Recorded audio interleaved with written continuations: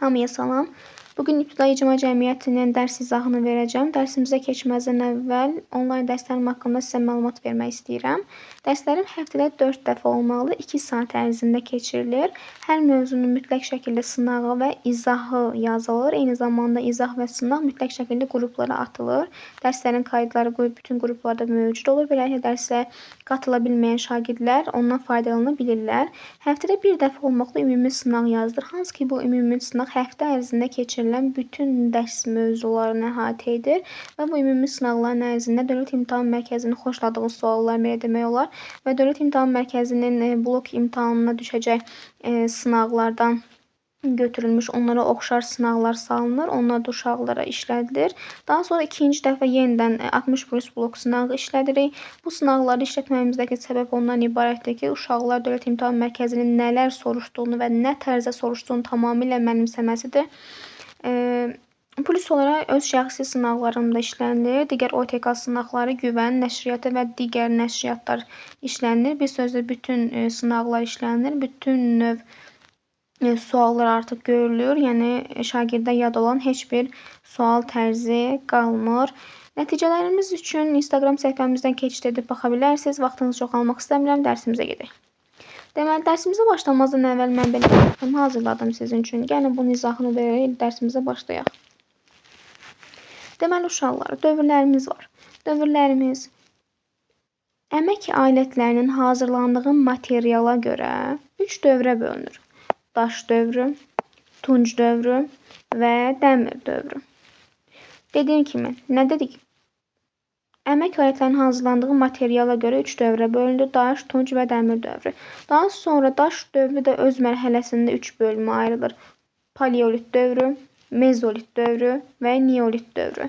Paleolit dövrünə qədim daş dövrü, mezolit dövrünə orta daş dövrü, neolit dövrünə yeni daş dövrü deyilir. Baxın, bunu belə çəkməyimin səbəbi ondan ibarətdir ki, uşaqlar bəzən çox uşaqlı olduğuna görə bu mövzuyu qarışdıra bilirlər. Paleolit dövrü də yenə baxın, ox paleolitdən gəlir. Paleolit dövrü də yenə öz mərhələsində 3 dövrə bölünəcək. Alt paleolit dövrü, orta paleolit dövrü və üst paleolit dövrü. Gəlin alt paleolit dövrünü öyrənməyə başlayaq. Baxın uşaqlar, bunlar başınızı qarışdırmasın. Yenidən izah edirəm, təkrar edirəm. Deməli, paleolit dövrü ümumiyyətcə dövrlər, yəni daş dövrü paleolit dövrünün başlaması ilə başlayır. Paleolit dövrü, daha sonra orta paleolit dövrü, orta paleolit dövrü alt paleolit dövründən sonra gəlir də uşaqlar. Daha sonra üst paleolit dövrü. Deməli, üst paleolit dövründə artıq biz keçib bitirəndən sonra biz paleolit dövrünü yekunlaşdırmış oluruq. Daha sonra mezolit, daha sonra neolit dövrlərini keçirik. Bunları da tamamilə aydınlaşdırdıqdan sonra biz daş dövrünü yekunlaşdırmış oluruq. Daha sonra tunc və dəmir dövrlərinə keçidimizi edəcəyik. Gəlin birinci, ilk və ən qədim mərhələmiz olan alt paleolit dövründən danışmağa başlayaq.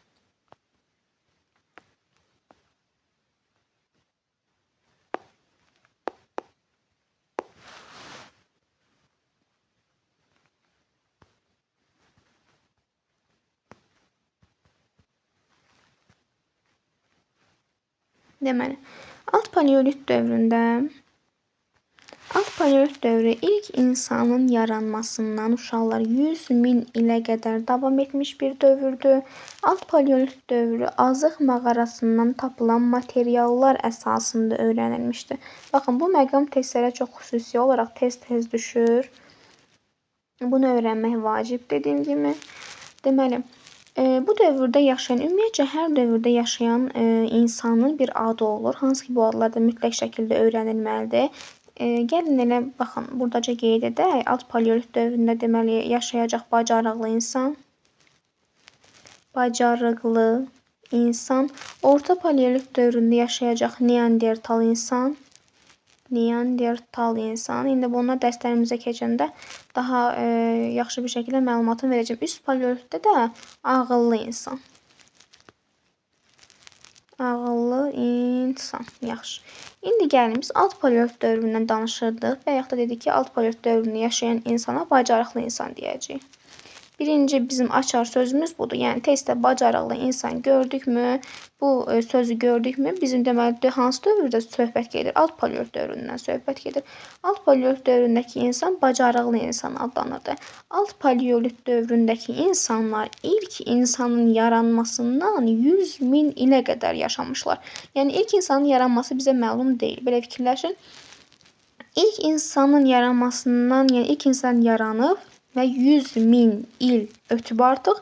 Daha sonra alt paleolit dövrü də artıq bitib. Daha sonra orta paleolit dövrünə keçmişik. Yəni ona görə də vaxtını deyəndə, yəni daha doğrusu dövrünü deyəndə nə deyirik? Deyirik ilk insanın yaranmasından 100 min ilə qədər davam etmiş dövrdür alt paleolit dövrü. Alt paleolit dövründə insanlar əlbəttə ulu icma halında yaşayırdılar. Ulu icma bəs nə idi? Ulu icma insanların vəhşi heyvanlardan qorunmaq üçün özlərinə qurduğu bir sistem idi, belə demək olar. Yəni onlar kör təbii şəkildə qurulurdu, tez-tez dağılırdı, yeniləri qurulurdu, şuursuz bir formada qurulurdu, bir dərrakəsiz bir formada qurulurdu. Ulu icma, yəni vəhşi heyvanlardan qorunmaq məqsədi ilə hamı bir yerdə gəzirdi, bir yerdə olurdu. Yəni bir-birlərini qorumaq məqsədi ilə belə demək olar. Yəni ulu icmanın dövrləri var. Çox uşaq, yəni ulu icma elə bilir ki, ibtidai icma cəmiyyəti elə başdan ayağa ulu icmada keçibdi və yaxud da qəbilə və yaxud tayfada keçibdi. Bunların hər birini ayrı-ayrı öyrənməliyik. Gəlin elə birinci ulu icmadan buradaca məlumat vermək istəyirəm. Deməli, ulu icmanın da uşaqlar, baxın, bir dövrü var. Ulu icma deməli başlayacaq alt paleolit dövründən. Alt paleolit dövründə başlayacaq. Deməli, haçana qədər davam edəcək? Üst paleolit dövrünə qədər davam edəcək. Yəni, ulu icma yalnız paleolit dövrünü əhatə edəcək uşaqlar. Yəni, alt paleolit, orta paleolit bu dövrlərdə artıq ulu icmadır. Yəni, üst paleolitə əlbəttə ki, bu aid deyil də. Gəlin, hətta bunu belə yazın. Riyaziyyatdan bilirsiniz də, indi az-çox. Alt paleolit dövründən başlayır, üst paleolit dövrünə qədər gedəcək. Baxın, bu daxil deyil, bu da daxildir. Yəni, alt paleolit dövründən başlayacaq, üst paleolit dövrünə gedəcək və üst paleolit dövründə daxil olmayacaq. Yəni, ulu icma budur. İndi tayfa və qəbiləyə keçəndə onları da ayrıca izah edəcəm. Deməli, alt paleolit dövründə insanlar ilk dəfə olaraq əmək alətləri hazırlamağa başladılar. Bu əmək alətləri sivri daş, yer qazan çubuq və dəyənək olmuşdu. Bunlar da çox önəmlidir.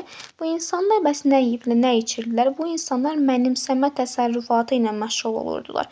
Mənimsəmə təsərrüfatı nədir? Hansı ki, bu insanlar heç nəyi bacarmırdılar. Yəni, tam omurğalar artıq tamamilə dura bilmirdi, yəni düz dura bilmirdilər, qamətləri düz deyildi, əllərini tam hərəkət etdirə bilmirdilər. Ümumiyyətcə, nitq yox idi, insana danışa bilmirdilər. Ona görə də insanlar heç nə bacarmadıqlarına görə təbiətin hazır nemətlərindən faydalanırdılar. Buna da mənimsəmə təsərrüfatı deyilir və bu dövrdə istehlak təsərrüfatı da mənimsəmə təsərrüfatı ilə istehlak təsərrüfatı deməkdir eyni zamanda. Yəni, bir var istehsal uşaqlar. Bir də var istehlak. İstehlak o deməkdir ki, hazır nemətlərdən faydalanmaq.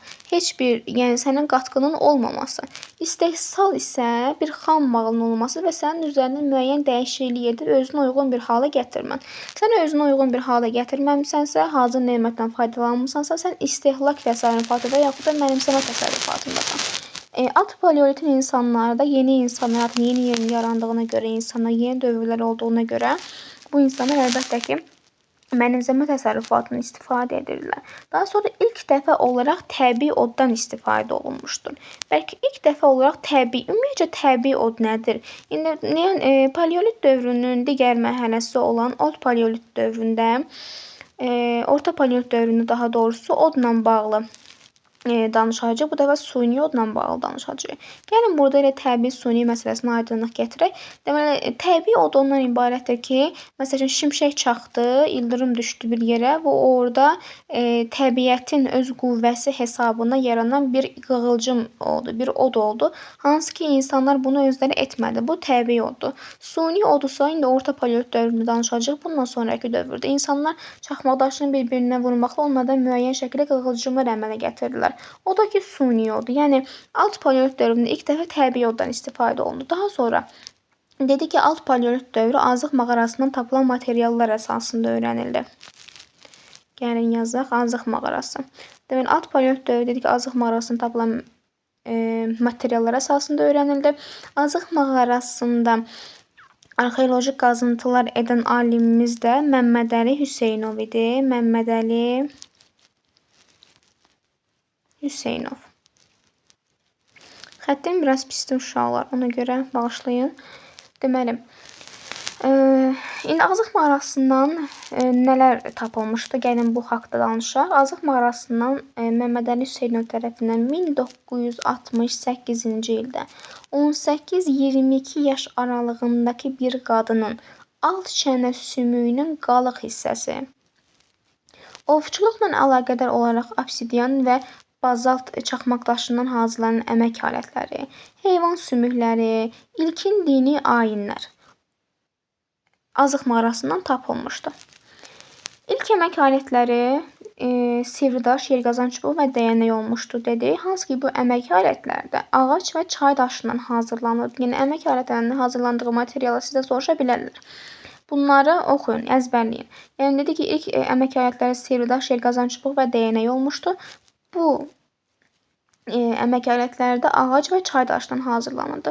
Mənimsəmə təsərrüfatı yığıcılıq və ovçuluq idi. Gəlin bunu qeyd etmək istəyirəm xüsusilə. Mənimsəmə təsərrüfatı uşaqlar yığıcılıq və ovçuluq idi. Eyniliklə belə bir sual qəbulu düşmüşdü. Yəni çox asan olmağına baxmayaraq çaşdırıcı bir məqam idi. Mənimsəmə təsərrüfatı deyəndə yalnız yığıcılıq və yalnız ovçuluq nəzərdə tutulur. Yəni bura maldarlıq yaza bilməzsiniz. Bura nə deyim sizə, nə bilim başqa bir şey yaza bilməzsiniz də. Bura yalnız yığıcılıq və ovçuluq daxildir. Daha sonra deməli alt paleolit dövründən bu qədər. Bunları bilsəniz sizin üçün kifayətdir. Hətta artıqdır demək olar. Alt paleolit dövründən mütləq şəkildə bunlar bilinməlidir. Eyni zamanda bunlar açar söz nitəliyindədir. Yəni testlərdə bunları gördünüzsə artıq bilməlisiniz ki, alt paleolit dövründən söhbət gedir.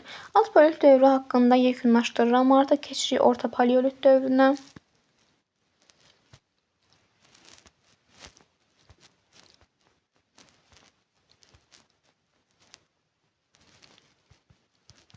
Ümumiyyətlə, gəlin bunu da qeyd edim.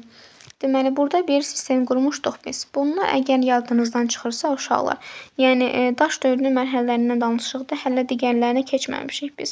Deməli, əgər bu adlar yadınızdan çıxırsa və yaxud da paleolit, mezolit, neolit bunların hansı dövrə aid olduğunu bilmirsinizsə, axırdakı lit sözlərindən yadında saxlayın. Bunlar deməli litos sözündən götürülmüşdür. Litos deməli daş deməkdir. Ondan deməli çıxara bilərsiniz ki, bu daş dövrünə aiddir. Bunu da qeyd etdiyimizə görə gəlin orta paleolit dövrünə keçək artıq. Deməli, orta paleolit dövrü Mustiya mədəniyyəti adlanacaq. Mustiya mədəniyyəti.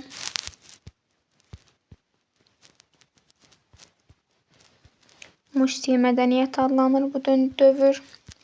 Bu dövrdə baxın qeyd etmişdik. Necə insan yaşayır? Neandertal insan yaşayır bu dövrdə. Bu dövrdə yaşayan insan deyəcək Neandertal insan. Eyni zamanda Neandertal adı hardan gəlib? Neandertal da Almaniyada bir yer adıdır. Bunu da yadda saxlamanız lazımdır. Eyni zamanda burada deməli suni oddan ilk dəfə olaraq istifadə olunub. Suni təbii od məsələsini alt paleolit dövründə vurğuladım. Təkrar vurğulamaq istəmirəm. Suni oddan ilk dəfə istifadə ediblər və suni oddan istifadə etmələrinin davamlı olmasının bir digər səbəbi də ondan ibarətdir ki, onlar deməli suni oddan istifadə edən, yəni ümumiyyətlə oddan istifadə edəndə bunlar artıq ətləri, yəni ovladıqları heyvanları və s. bişirərək yeməyə başladılar. Hansı ki bu bişirərək yemə həm onların çənə əzələlərinə mümkün qədər az ziyan vurdu. Çünki bilirsiniz ki, bişməmiş bir şeyi çeynəmək çox çətindir. Nəinki bişmişə nəzərən. Eyni zamanda daha tez həzm olundu. Bunlar bunun müsbət cəhətlərini görəndən sonra suni odda, yəni yeməkləri artıq bişirmək, yəni yandırmaq daha yaxşı olduğunu başa düşdülər. Daha sonra suni oddan istifadə genişləndi. Artıq bunu öyrəndilər. Deməli, Orta Paleolit dövründə eyni şəkildə ilkin dini təsəvvürlər meydana gəldi. Baxın, ilkin dini təsəvvürlər. Hətta bunu gəlin belə yazsaq daha doğru olar. Axirət dünyasına inam yazaq. Axirət dünyasına inam. Axirət dünyasına inam, dini düşüncələri meydana gəldi. Orta Paleolit dövründə baxın, xüsusilə vurğulamaq istəyirəm bu hissəni. Axirət dünyasına inam Orta Paleolitin əsas açar sözüdür. Çox düşür. Eyni zamanda suni od və neandertal insan.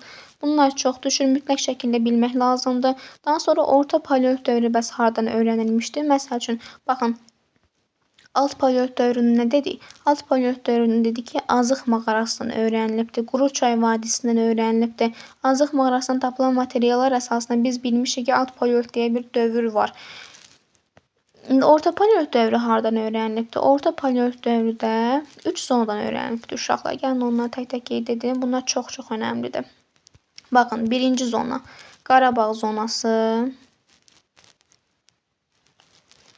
Qarabağ zonasının hansı deməli mağaralar? Qarabağ zonasından deməli Azıq Tağlar Zar, Azıq mağarası, Tağlar mağarası və Zar mağarası. Daha sonra ikinci zona Naxçıvan. Naxçıvan zonasından Qazma mağarası əsasında öyrənilib. Üçüncü və sonuncu zona Qazax zonası. Qazax zonasından da Daşsalaqlı mağarası əsasında öyrənilib. Orta Paleolit dövründən də bu qədər artıq yekunlaşdırmamız olar. Yəni, deyilə biləcək hər şey dedim. Başqa bilməyinizə ehtiyac olan bir şey yoxdur. Hə, bir də bunu qeyd edim ki, Orta Paleolit dövrü də 100.000 ildən 35.000 ilə qədər davam etmişdi. Yəni, uşaqlar, baxın, bunlar ardıcıldır. Baxın, Alt Paleolit dövrü nə dedik? İlk insanın yaranmasından 100.000 ilə qədər davam etmişdi. Daha sonra Orta Paleolit dövrü də 100.000 ildən 35'ə qədər davam etmişdi. Yəni, bir-birinin ardınca gəlir də uşaqlar. Arada heç bir boşluq qalmamalıdır. Bunu da belə deyəndən sonra gəlin artıq keçək Üst Paleolit dövrünə. Üst Paleolit dövrü digərlərinə nisbətən daha maraqlıdır. Üst Paleolit dövrü. Üst Paleolit dövrü yenə birinci dövrünü xatırladaq. 35.000 illikdən 12.000 illiyə qədər davam edəcək bu dövrdə. Baxın, Orta Paleolit nə demişdik? 35.000 illik, 100.000 illikdən 35.000 illiyə qədər davam edir. Üst Paleolit dövrü də Orta Paleolitin bitişindən başlayır. Yəni 35.000 illikdən başlayır və 12.000 illiyə qədər davam edir. Üst Paleolit dövrü artıq Paleolit dövrünün sonuncu mərhələsidir. Paleolit dövrünün ən önəmli xüsusiyyəti, onu xarakterizə edən cəhət ana xəqanlığının yaranmasıdır. Ana xəqanlığı. Baxın uşaqlar, ana xəqanlığının yaranması ilə nə yarandı? Qəbilə icması. Qəbilə icması. Baxın, bayaq danışmışdıq. Ulu icmadır. Ulu icmanın başlamasından və bitişindən. Baxın, burada danışmışdım bundan. Dedim ki, Ulu icma alt paleolitdə başlayır, üst paleolitdə bitir. Üst paleolitdə artıq qəbilə icması başlayacaq. Yəni, Ulu icma yalnız olacaq alt paleolitdə və orta paleolitdə. Üst paleolitdə olmayacaq. İndi baxın, üst paleolit dövrünə də gəldim. Burada da olacaq qəbilə icması. Yəni, artıq ulu icma deyil. Bunun adı artıq qəbilə icmasıdır. Qəbilə icması da nədir? Qəbilə icması ana xətti ilə birləşən qohumlara qəbilə icması deyirik. O vaxt deməli qadının mövqeyi birdən-birə artdı. Od tapılandan sonra belə demək olar. Qadının mövqeyi artdı və eyni şəkildə qadının mövqeyinin artması da ona necə deyirlər, ona daha çox ehtiyac var idi. Qadın daha çox ehtiyac var idi. Ona görə ana xəqanlığı digər adıyla matriarxat dövrü başladı. Bununla da qəbilə icması başladı və ulu icma artıq sona erdi. Daha sonra üst paleolit dövrünün keçişi, baxın burada yenə qeyd eləmişdim, göstərmək istəyirəm. Üst paleolit dövründə yazda hansı insan var idi? Ağıllı insan. Deməli, üst paleolit dövrü də ağıllı insandır. Ağıllı insan və yaxud da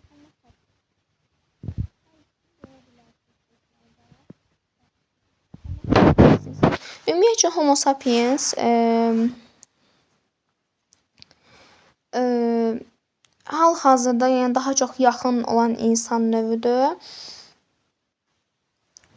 Bir çox testlər, 10 testlərdə başa salıram, istədiyim bir məqamı nəzərinizə çatdırım.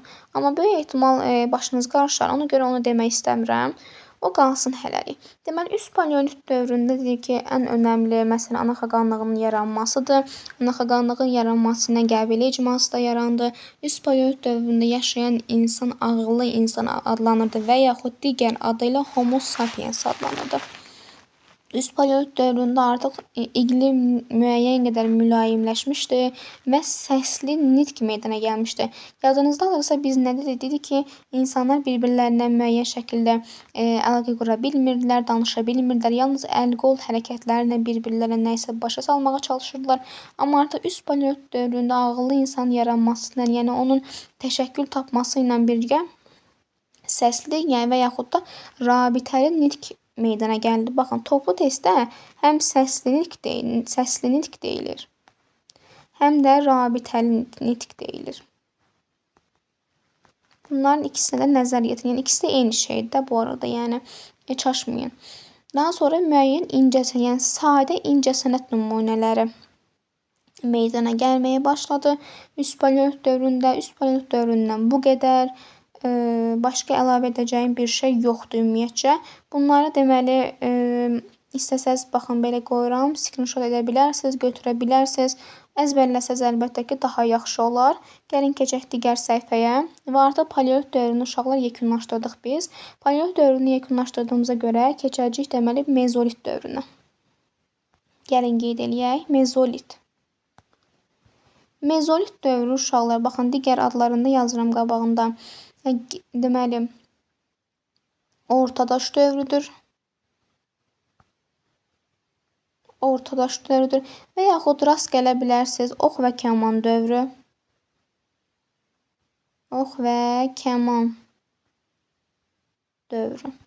Buna belə də rast gələ bilərsiniz. İndi onu xarakterizə edən, gəlin açar sözlərimizi yazaq. Ümumiyyətcə, mezolit dövrü 12-ci minillikdən 8-ci minilliyə qədər davam etmiş bir dövrdür. Bu dövrün ən önəmli xüsusiyyəti, baxın, burada vurğuladım, ox və kamanın ixtirasıdır. Yəni, insanlar ox və kamanı ixtira etdi. Ox və kamanın ixtirası bizə gəlib nələrə başa gəldi, belə deyək. Ox kaman ixtira olunandan sonra heyvanlar daha uzaq məsafədən ovlanmağa başlandı. Bunlar insanların qida ehtiyatını artırdı. Çünki niyə? Sən nə qədər çox heyvan ovlaya biləcəksənsə, sənin qida ehtiyatın o qədər artacaq. Yəni, sənin yemək rezervin bir o qədər artacaq və sənə də bu bir o qədər müsbət təsir göstərəcək. Əlbəttə ki, tək bu deyil. Gəlin bunu burada da qeyd edelim. Ox və kaman. Qısa yazıram. Ox və kamanın ixtirası. İxtira tapılma deməkdir, kəşf olunma deməkdir. Daha sonra artıq heyvanlar əhliləşdirilməyə başlandı. Baxın, bu da testlərdə düşən bir məqamdır. Nə vaxt əhliləşdirildi, nə vaxt əhliləşdirilmə başa çatdı. Onu da başqa bir dövrdə danışacağıq. İndi mezolit dövründə əhliləşdirilmə prosesi başlayır. Yəni, bunlar artıq başlayırlar heyvanları əhliləşdirməyə. İlk əhliləşdirilən heyvan it olmuşdur uşaqlar. Son əhliləşdirilən heyvan da at olmuşdur. Bunu da yadınızda saxlayırsınız. Əhliləşdirilmə başladı.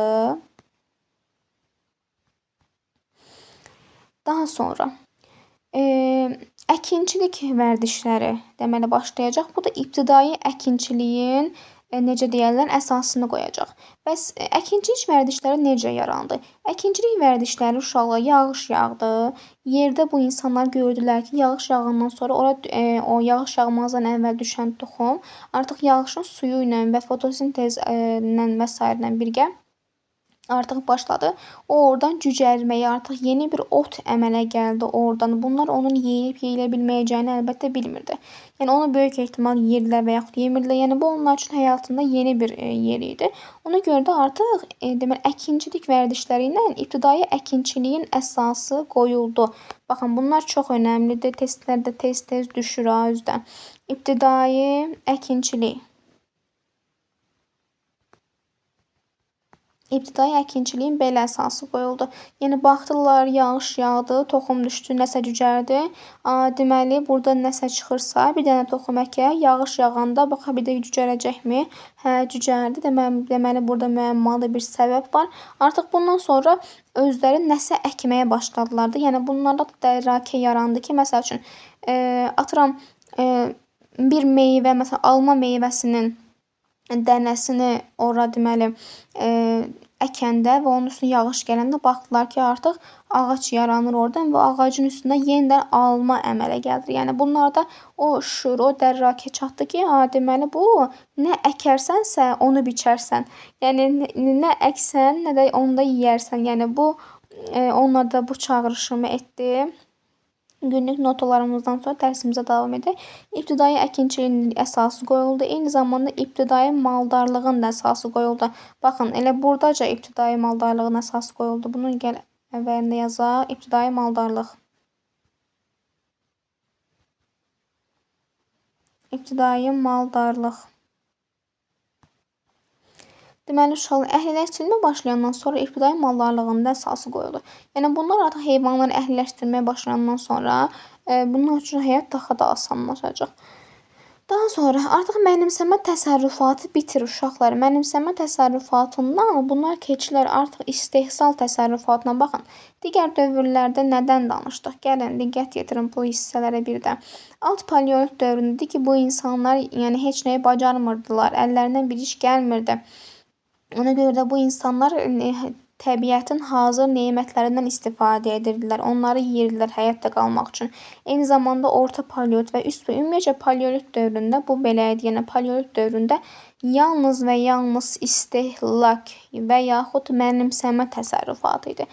Artıq baxın, dedik ki, əhliləşdirilmə başlamasından ibtidai maldarlığın əsası qoyuldu və ibtidai əkinçiliyin əsası qoyuldu. Artıq bu insanlar bir şeyləri əkib becərə bilirdilərsə, deməli bu insanlar artıq nə isə istehsal da edirdilər.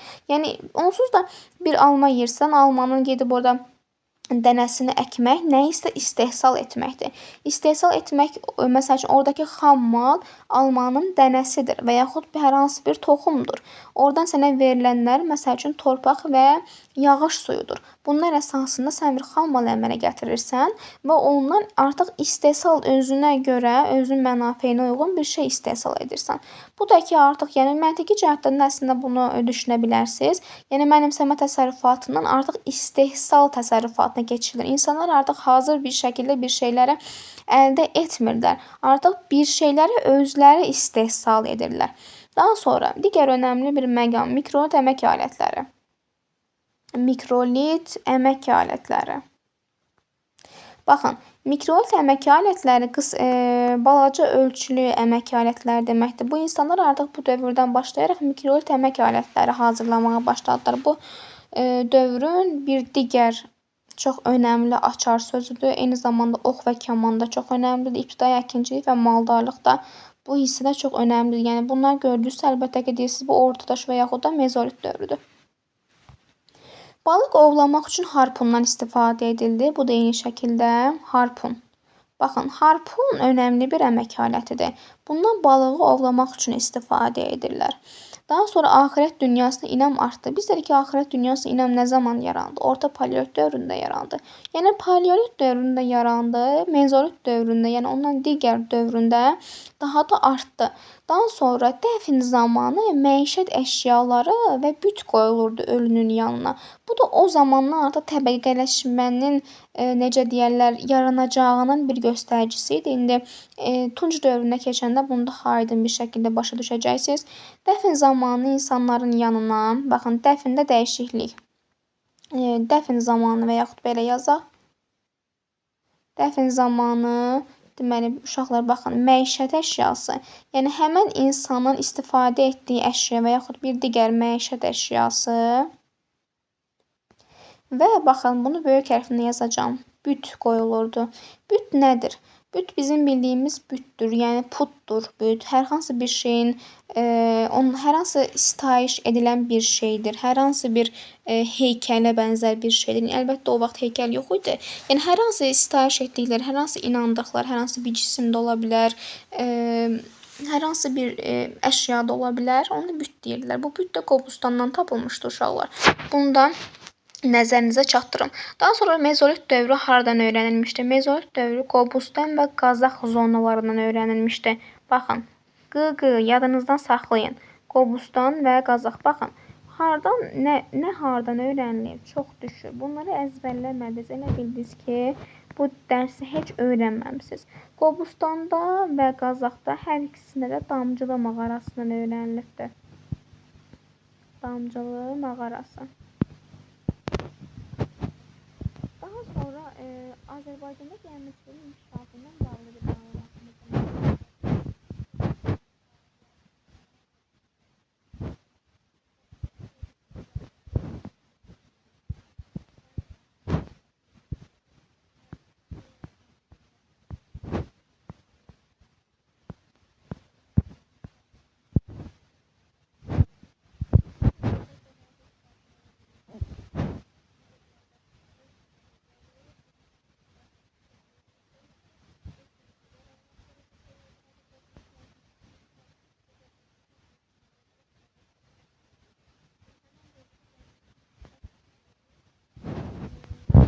Göstərir. Yəni mezolit dövründə edilən araşdırmalar nəticəsində Azərbaycanda o dövrdə mezolit dövründə əkinçiliyin hardan gəldi? Gəmiçiliyin inkişaf etdiyini göstərirdi. Yəni mezolit dövründən də bu qədər deyilə biləcək hər şey dedim. İndi keçirik neolit dövrünə.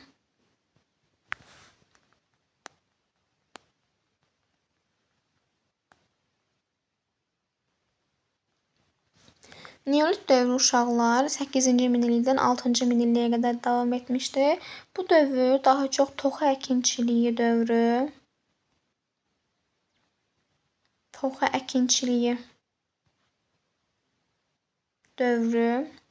və ya sənətkarlıq dövrü və yaxud indi neolit inqilabı var. Bunu da qeyd edim. Neolit inqilabı. Baxın, bu dövrdə təbii sərvətlərdən istifadə üsulları formalaşdı. Torpağı bu insanlar artıq toxa ilə yumşaldırdılar. Baxın, yeni açar sözümüz toxa. Toxa nədir? Toxa bir növ bir alətdir. Toxa ilə insanları hansı ki, baxın, mezolit dövründə əkinçilik yaranmadı. Bu insanlar nəyisə əkməlidirlər axı. Bu insanlar nəyisə əkməlidirlərsə, deməli torpağı da nə ilənsə qazmalıdırlar. Yəni o toxumu torpağın dərin qatlarına qoymaq lazımdır axı. Deməli bu insana nəsə lazımdır. Onu da tapdılar. Nədir bu? Toxuyu tapdılar deyəndə özləri hazırladılar da. İndi məsəl üçün ağac daşlarından, çay daşlarından və s. belə şeylərini hazırlayıb bir toxa hazırladılar. Hansı ki bu toxa ilə də torpağı yumşaldırdılar. Çünki zəmin hazırlayırlar. Nəyə zəmin hazırlayırlar? Əkinçiliyə zəmin hazırlayırdılar. Bu dövrdə əkinçilik və maldarlıq əsas məşğuliyyət olmuşdu. Yəni insanlar artıq mezolit dövründə, yəni bundan bir əvvəlki dövrdə əkinçiliyi tapdı axı.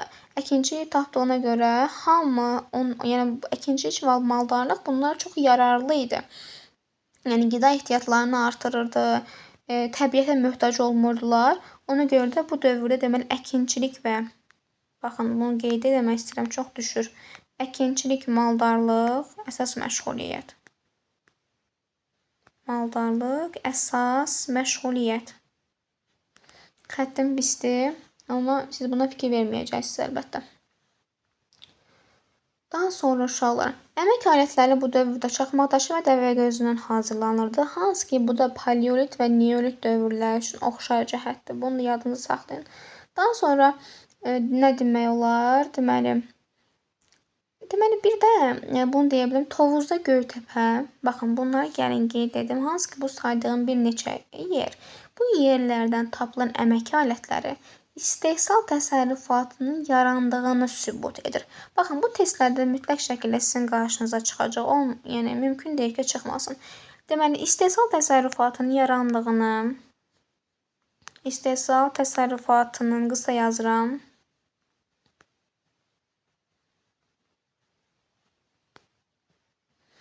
Yarandığını sübut edir. Baxın, yerləri də buradan yazıram. Tovuzda Göytəpə. Tovuz ərazisində Göytəpə ərazisi. Ağcabədi ərazisi,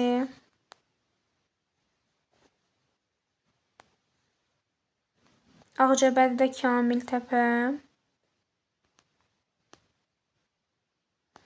və s. Naxçıvan, Gəncə, Qazax, Təbriz və s. kimi yerlərdən tapılan əmək alətləri istehsal təsərrüfatının yarandığını, əkinçiliyin, maldarlığın meydana gəldiyini, artıq insanların təbiətin hazır nemətlərindən istifadə etmədiyini və s. göstərir. Yəni buradan tapılıb da artıq insanlar biliblər ki, bu dövrlərdə artıq təbiətə möhtac deyil bu insanlar. Daha sonra bu dövrdə metallurgiya artıq yavaş-yavaş meydana gəlməyə başladı və toxuculuqda iydən istifadə etməyə başladılar. Daha sonra artıq bu yenilikli və əsaslı dəyişikliklər gətirdi çıxardı bizim neolit inqilabına. Baxın, bir digər önəmli açar sözümüz budur. Neolit inqilabı. Deməli uşaqlar, neolit inqilabında ən əsas cəhətlərindən biri toxuculuğun mümkün şəkildə inkişaf etməsidir. İnsanlar artıq daşları cilalamağı, deşməyi öyrəndilər, duluzçuluq yarandı. Bu da çox önəmlidir. Baxın, duluzçuluq yarandı yazıram. Duluzçuluq, sənətkarlıq. Nə etdi? Bu yarandı işarəsidir. Yarandı. Bunu da yazaq. Daha sonra saxsı qabların hazırlanmasına başlandı və istehsal təsərrüfatının formalaşması başa çatdı. Baxın uşaqlar, bundan əvvəlki dövrdə, yəni mezolit dövründə istehsal təsərrüfatı yaranmışdı. Daha sonraki artıq neolit dövründə istehsal təsərrüfatının formalaşması başa çatdı. Yəni yarandı və yarandığı deməli yarandı mezolit dövründə, yarandığı sübut olundu. Yəni insanların beyninə tam olaraq oturdu neolit dövründə. Yəni belə yadda saxlayın siz ən yaxşısı bunu. Yəni dediyim kimi ən önəmli məqamlar gəlin burada yenə bir daha qeyd edək. Neolit dövrünün ən önəmli məqamı toxu əkinçiliyidir, neolit inqilabıdır.